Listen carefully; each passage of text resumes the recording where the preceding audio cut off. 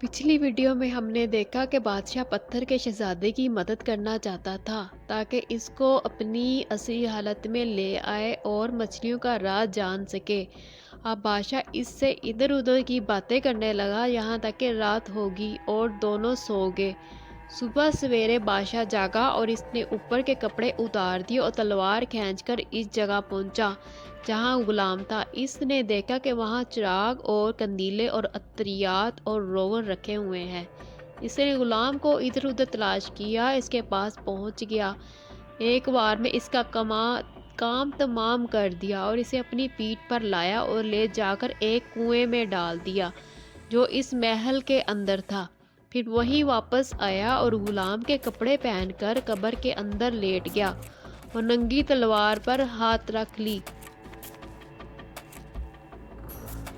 تھوڑی دیر ہی بعد وہ حرام زادی جادوگرنی آئی اور آتے ہی ساتھ میں اپنے چچیرے بھائی کے کپڑے اتارے اور کوڑا لے کر اسے مارنا شروع کیا۔ اس نے کہا، آہ میری بہن، کیا میری موجودہ مصیبت کافی نہیں؟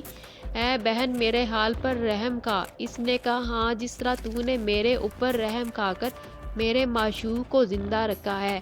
جب وہ کوڑے مارتے مارتے تھک گئی، اس کے جسم سے خون بہنے لگا تو اسے اونی کپڑے پہنائے اور اس کے اوپر عبا۔ پھر وہ شراب کا جام اور یخنی کا پیالہ لے کر غلام کے پاس گئی اور گنبد میں داخل ہو کر رونے پیٹنے لگی، اے میرے آقا کچھ تو کہہ اور باتیں کر۔ بادشاہ نے زبان مروڑ کر دھیمی سے حبشیوں کے لہجے میں کہا، آہ لا حول ولا قوت الا باللہ العلی العظیم۔ عورت نے جب اسے بات کرتے سنا تو مارے خوشی کے چلا اٹھی اور بے ہوش ہو گئی۔ جب اسے ذرا ہوش آیا تو اس نے کہا، واقعی تو تندرست ہو گیا ہے؟ بادشاہ نے اپنی آواز اور زیادہ دھیمی کر کے کہا، اے حرام زادی، کیا تو اس قابل ہے کہ میں تجھ سے بات کروں؟ عورت نے کہا، کیوں؟ اس نے جواب دیا، اس لیے کہ تو دن بھر اپنے شوہر کو ستاتی ہے اور وہ واویلا کرتا ہے اور میری نیند رات سے صبح تک حرام کر دیتا ہے۔ وہ روتا پیٹتا ہے اور مجھے تجھے کوستا ہے، اس سے مجھے بہت تکلیف پہنچتی ہے۔ اگر یہ نہ ہوتا تو میں کب کا تندرست ہو چکا ہوتا، اس لیے میں تجھ سے بولتا بھی نہیں۔ اس نے کہا، اگر تیری مرضی ہے تو میں ایسے ہی بھی اچھا کیے دیتی ہوں۔ بادشاہ نے کہا، ہاں اسے اچھا کر دے تاکہ مجھے آرام ملے۔ اس نے کہا، بسر چشم، اور اٹھ کھڑی ہوئی اور گنبد سے نکل کر محل میں گئی اور ایک پیالے میں پانی بھر کر اس پر کچھ پڑھ کر پھونکا اور پانی کھولنے لگا۔ اس پر بلبلے اٹھنے لگے، ہانڈی کی طرح جوش آنے لگا۔ اس پانی میں سے اس نے اپنے شوہر پر چھڑکا اور کہنے لگی، اگر تو میرے جادو اور فریب کی وجہ سے ایسا ہو گیا ہے تو اس صورت کو بدل کر اپنی صورت اختیار کر لے۔ اس نے یہ کہا ہی تھا کہ جوان کو حرکت ہوئی اور اپنے پاؤں پر کھڑا ہو گیا اور اپنے آپ کو تندرست پا کر وہ پھولا نہ سمایا اور کہا، اشہد ان لا الہ الا اللہ و اشہد ان محمد۔ عورت نے کہا کہ یہاں سے نکل جا، پھر کبھی ہرگز واپس نہ آئی ورنہ میں تجھے قتل کر ڈالوں گی۔ یہ کہہ کر اس نے اپنے شوہر کو بہت ڈانٹا ڈپٹا اور وہ چلا گیا۔ عورت گنبد کے اندر آئی اور کہنے لگی، اے میرے آقا باہر نکل تاکہ میں تیرا دیدار کروں۔ بادشاہ نے دھیمی آواز میں اس سے کہا، جو کچھ تو نے کیا اس سے بھی مجھے جزوی مسرت ہوئی ہے، مکمل نہیں۔ اس نے کہا، اے میرے معشوق، میرے پیارے حبشی، مکمل کیا ہے؟